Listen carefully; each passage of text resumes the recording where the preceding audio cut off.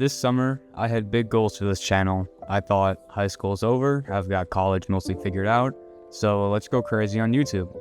I was planning on drastically upping the amount of time I spent creating videos because I'd have so much more free time. I'd planned on releasing what I thought would be a high quality video once per week. Instead, I uploaded a single video and it wasn't even my best. This channel never took off like I wanted it to. I remember back when I started uploading again, I had this big vision of becoming an influencer who inspires other people to make physical and mental improvements to themselves through the power of health transformation. I wanted to help others do the things I've done because I've felt firsthand the positive effects they've had on me. In reality, the only people who watch my videos were my mom and my friends, so thanks you guys. And I'm not saying this so I get pity, I'm just being realistic. This is what happened, there's no need to sugarcoat it.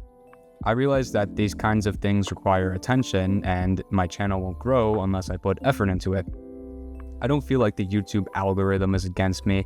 I don't feel like the world itself is fighting to stop me from succeeding. The reason this channel didn't take off is because I didn't put enough effort into it.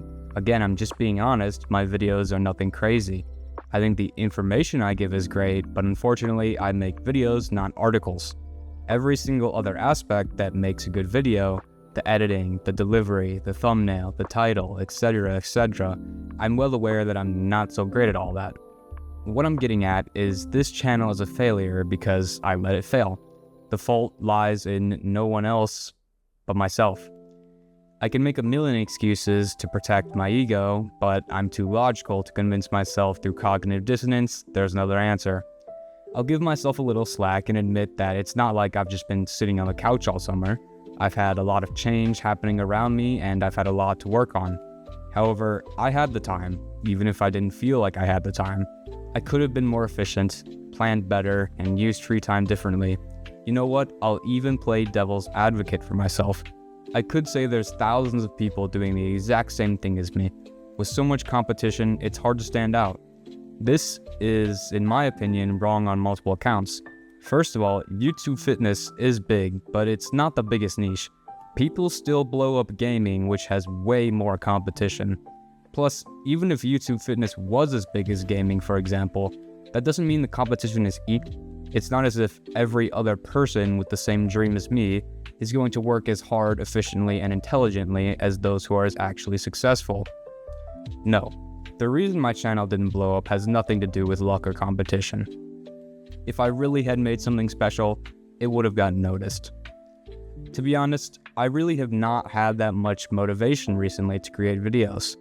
Last year when I started uploading again from my prehistoric geometry dash phase, creating videos was hard and stressful, but it felt immensely rewarding. I didn't know how to edit, how to deliver information, how to make B-roll. I didn't know how to do anything. Yet, despite being nervous and frankly embarrassed every single time I recorded myself, when I finished, I felt proud. I felt like I had actually accomplished something productive. I thought, I don't know what I'm doing, I don't know if it'll work, and I don't know where this will lead me, but what I do know is today this feels right. This feels like the thing that I should be focusing on. Now, contrast that excitement to the last video I made, which felt like an absolute chore. This summer, I just haven't felt inspired to create a new video since thinking of this one, actually. Of course, you could argue that I don't need inspiration or motivation to create a video. I can just make one. Even if that video isn't the best, or I don't love it, it will still push the channel forward.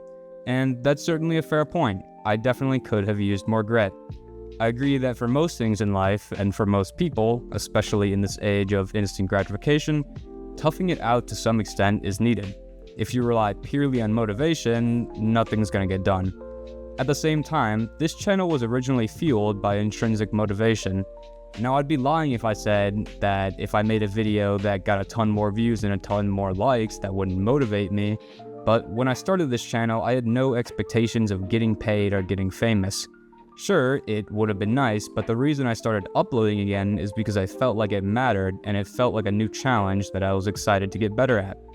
I just wanted to talk about the things that I liked or something interesting I learned about. That magic feels like it's fading. I'm still passionate about health and fitness and self-improvement, but the effort I put into these videos no longer feels as valuable as when I first started.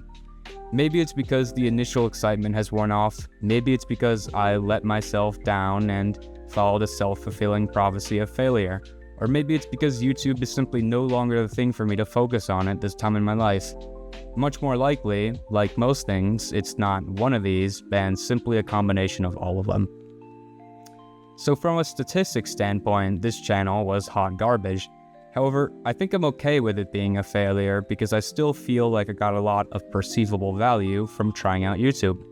First of all, my speaking has gotten much better. I actually went back while I was making this video and watched my very first video I made when I came back to YouTube, the bulk phobia video. And listening to how I talked in that video compared to now, I think there's a clear improvement. Secondly, my ability to convey information has improved. Having to map out scripts and take something that makes perfect sense in my head, but may not make sense to someone who doesn't know anything about the topic, is something I certainly haven't perfected, but I've gotten better at because of YouTube. Thirdly, I did learn basic editing. I knew basically nothing about editing before I started this channel back up. I literally downloaded and opened DaVinci and started messing around with it. I didn't watch a single tutorial, I just learned by doing. Then, after I learned the basics of Premiere in school, I switched over and basically did the same thing.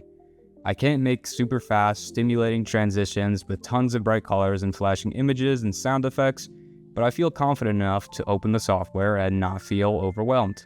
I think overall, YouTube served as a good intro if I choose to further pursue video editing.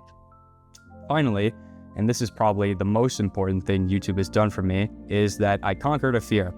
To be honest, for a long time, this channel was something I wanted to hide. I didn't tell anyone about it, and even though I wanted to become popular, I also didn't want anyone to find it. I didn't feel confident in my content, my skills, or even my body because at the end of the day, I suppose I was trying to become a health promoter. I knew my content would not be great, and I thought if someone finds these videos, I'm going to get made fun of because sometimes they just felt stupid and corny.